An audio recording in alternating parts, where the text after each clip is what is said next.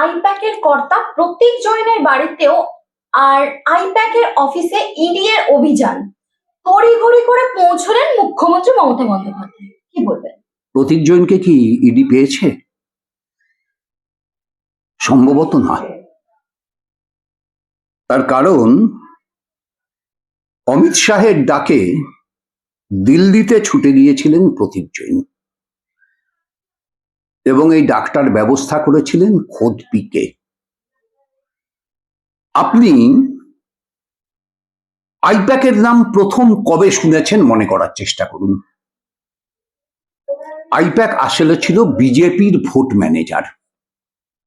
2014 সালে প্রথম আইপ্যাকের লোগো লাগানো বিজ্ঞাপন আপনি দেখেছিলেন নরেন্দ্র মোদীর একটা স্যুট কোট পরা, আর একটা জেনারেল কোট পরা, আর একটা মাথায় পাগড়ি দেওয়া ছবি লাগানো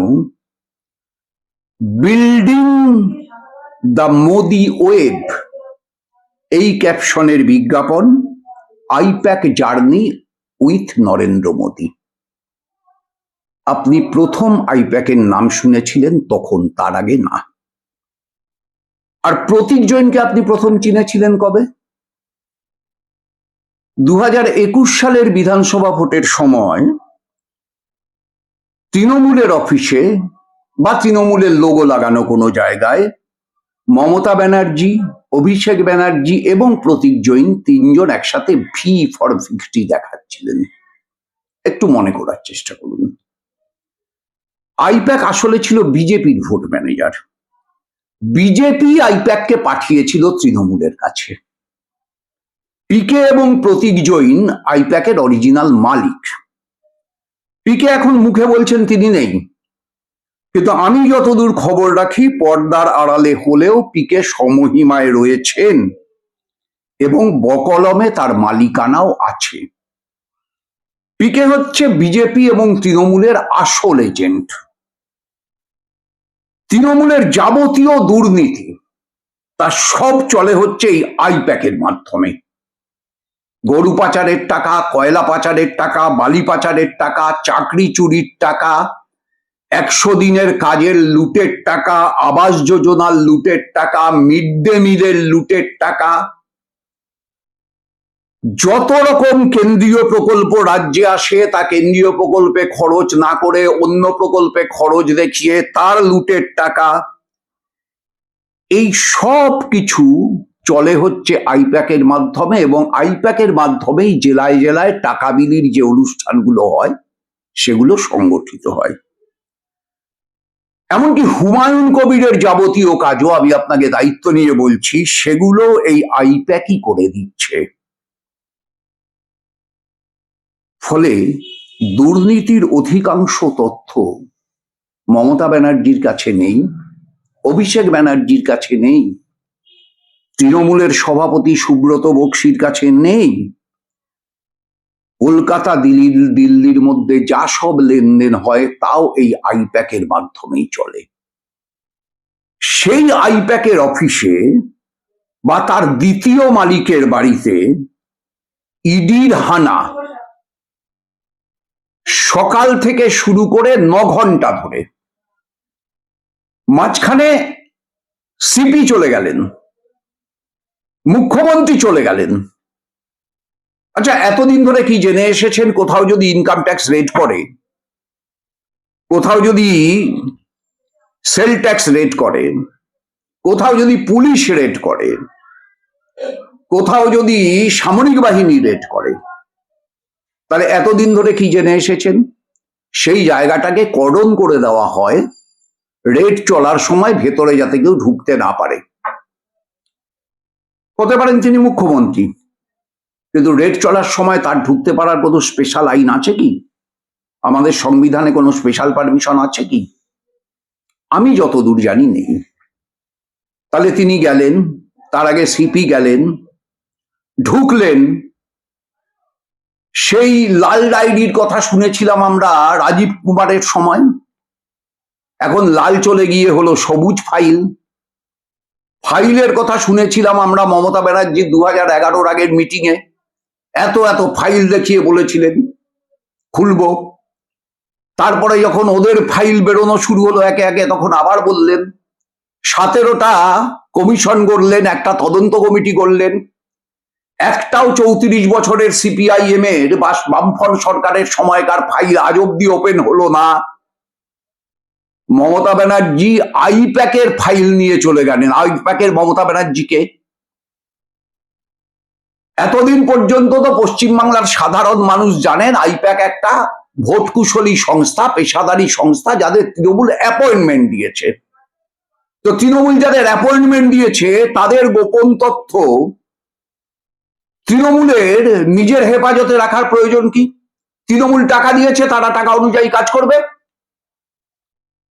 তাহলে আসলে ওই গোপন তথ্যের মধ্যে কি ছিল?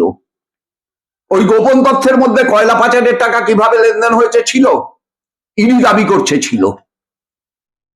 বালি পাচার, গরু পাচারের টাকা, চাকরি চুরির টাকা কিভাবে লেনদেন হয়েছে ছিল, ইডি দাবি করছে ছিল। তাহলে এই যে ফাইলগুলো, এই ফাইলগুলো ওপেন হয়ে গেলে মমতা ব্যানার্জির এমনিতেই শনির দশা চলছে, মানে ওরা যারা ধর্মকর্ম মানেন তাদের জন্য বলছি, এখন শনির উপরে যদি রাহু কেতু একসঙ্গে চেপে বসে তাহলে তো মমতা ব্যানার্জি শেষ হয়ে গেলেন আদিগঙ্গার জলে।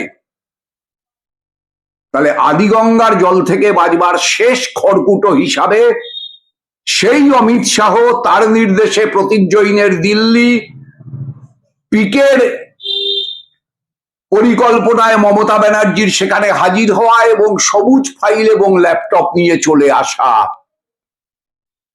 আইপ্যাকের দিল্লির অফিসও একসঙ্গে ইডি হানা চলছে। গোটা ভারতবর্ষের 9টা জায়গায় আইপ্যাকের অফিসেই হানা চলছে। এই রাজ্যেরটা নয়, তিনি ফাইল নিয়ে চলে গেলেন। যদি ইডির সত্যি সত্যি কোনো মেরুদণ্ড থেকে থাকে, ভারতবর্ষের স্বরাষ্ট্র মন্ত্রকের কোনো মেরুদণ্ড থেকে থাকে, তাহলে আগামীকাল হাইকোর্টে, সুপ্রিম কোর্টে মামলা করে মমতা ব্যানার্জিকে গ্রেপ্তারের নোটিশ জারি করবার দাবি করা উচিত। না, ইডি তো মামলা করেছে। বিচারপতি শুভ্রা ঘোষের এজলাসে মামলা হবে, উঠবে আগামীকাল শুনানি। আরে রাজীব কুমারের সময় তো ইডি মামলা করেছিল, কি হয়েছিল বলুন তো? অভিষেক ব্যানার্জিতে ইডি হানা দেবে বলে অভিষেক ব্যানার্জির বাড়ির সামনে বিশাল জমায়েত করে রাখা হলো, দিনের পর দিন। ইডি কি হানা দিল? তারপর থেকে তো রাজীব কুমার প্রমোশন পেতে পেতে পেতে পেতে পেতে পেতে এখন অবসরের পরে কি হবে তাই নিয়ে ভাবনা চিন্তা চলছে। সুতরাং এই যে নাটক রাজীব কুমারের সময় আমরা দেখেছি, প্রতীক জৈনের সেই নাটকের রিপিট হচ্ছে। But history does not repeat itself. ইতিহাস কখনো নিজেকে পুনর্নির্মাণ করে না একইভাবে। মমতা ব্যানার্জি হয়তো জানেন না, উনি ইতিহাস, ভূগোল, বিজ্ঞান কিছুই জানেন না, কবিতাও জানেন না, কিন্তু সত্য হচ্ছে এটাই যে রাজীব কুমারের ইতিহাস দিয়ে প্রতীক জৈনের ইতিহাসের নির্মাণ হবে না। কি দিয়ে হবে সেটা বাংলার মানুষ ঠিক করে দেবেন। এই ঘটনা আবার সামনে আনলো ইডি এবং মমতা ব্যানার্জির সঙ্গে কিভাবে সেতুর কাজ করছে কেন্দ্রীয় স্বরাষ্ট্র মন্ত্রক, সেটিং কিভাবে বিজেপি এবং তৃণমূলের ডাকাতি এবং চুরিকে রক্ষা করবার দায় দায়িত্ব গ্রহণ করছে, রন্ধ্রে রন্ধ্রে দুর্নীতি আর গাঁটে গাঁটে ধর্মীয় বিভাজন, শিরায় উপশিরায় জাতপাতের বিভাজন। রাজনীতিকে এই জায়গায় নিয়ে যাওয়ার থেকে বাঁচাতে হলে বিজেপি তৃণমূলকে পরাজিত করতে হবে বাংলার মাটিতে। আজকের ঘটনা সেই দায়িত্বকেই সামনে এনে দিল নতুন করে। অন্যদিকে দেখা যাচ্ছে যে পার্টি অফিসে রেড করবে কোন অধিকারী, এইরকম এটা একটা অনৈতিক কাজ, মানে এইরকমই মন্তব্য করছেন মুখ্যমন্ত্রী। আচ্ছা, পার্টি অফিসে যে ইডি হানা দেবে, তাতে মানে কোন অনৈতিক কাজ বলে তো কিছু আছে? প্রথম কথা না, আর দ্বিতীয় কথা, ওটা পার্টি অফিস নাকি? ওটা তো প্রতীক জৈনের বাড়ি, আর ওটা আইপ্যাকের অফিস। প্রতীক জৈনের বাড়িটা তৃণমূলের পার্টি অফিস হলো কবে? কবে ওখানে গেল তৃণমূল টিএমসির পার্টি অফিসের ও এখন তো উল্টে গেছে। মুখ্যমন্ত্রী নিজেই বলছেন। না না, আপনি জানেন না, আমি এই মাঝখানে একদিন দেখলাম টিএমসির ছেলেরা পতাকা লাগাচ্ছে, তো একটা পতাকা বোধহয় উল্টো হয়ে গেছে, সিএমটি হয়ে গেছে। টিএমসি তো ওটা সিএমটি হয়ে গেছে, মানে সিটা উপরে চলে গেছে, এমটা তারপর টিটা তারপর। ছেলে যেগুলো লাগাচ্ছিল তার ভিতরে একটা আমার চেনা ছেলে, আমি ওকে ডেকে, মানে ও তখন ওই পতাকাটা আমার দেখা হয়ে গেছে আগে, তারপর আরো পতাকা লাগাতে লাগাতে যাচ্ছে। আমি ওকে ডেকে বললাম, এই গাড়িটা গাছটা নামিয়ে ওকে পাশে ডেকে বললাম যে এই ওখানে একটা পতাকা উল্টো লাগিয়েছি, সিএমটি হয়ে গেছে। তো ছেলেটা আমায় কি বললো জানেন? বললো, আরে দাদা ছাড়ুন না, ওটা আমি ইচ্ছে করেই করেছি, আসলে তো টিএমসি না, আসলে তো কাটমানি টিম। এই কাটমানি টিমের যে জমা থাকা কাটমানি, সেই কাটমানিগুলো সেগুলো আইপ্যাকের মাধ্যমে খরচ হয়েছে, সেটা ধরা পড়ে যাওয়া আটকাতে হবে, এই তো মমতার টার্গেট। হঠাৎ তিনি প্রতীক জৈনের বাড়িকে পার্টি অফিস বলে দিলেন, আইপ্যাকের অফিসকে পার্টি অফিস বলে দিলেন। কেন একটা পেশাদারী সংস্থার অফিস তার পার্টি অফিস হতে যাবে কেন? একটা নির্দিষ্ট লোকের বাড়ি তার পার্টি অফিস হতে যাবে কেন? আমি কি কখনো দাবি করি আমার বাড়ি সিপিআইএম এর পার্টি অফিস? না মোহাম্মদ সেলিম দাবি করে তার বাড়ি সিপিআইএম এর পার্টি অফিস? কোনো প্রশ্ন নেই এরকম দাবি করবার। মুখ্যমন্ত্রী বলছেন যে তৃণমূলের প্রার্থীর তালিকার যে হার্ড ডিস্ক হাতে, সেটা নিয়ে এসেছিল নাকি ইডির বিরুদ্ধে উনি ভয়ঙ্কর অভিযোগ তুলছেন।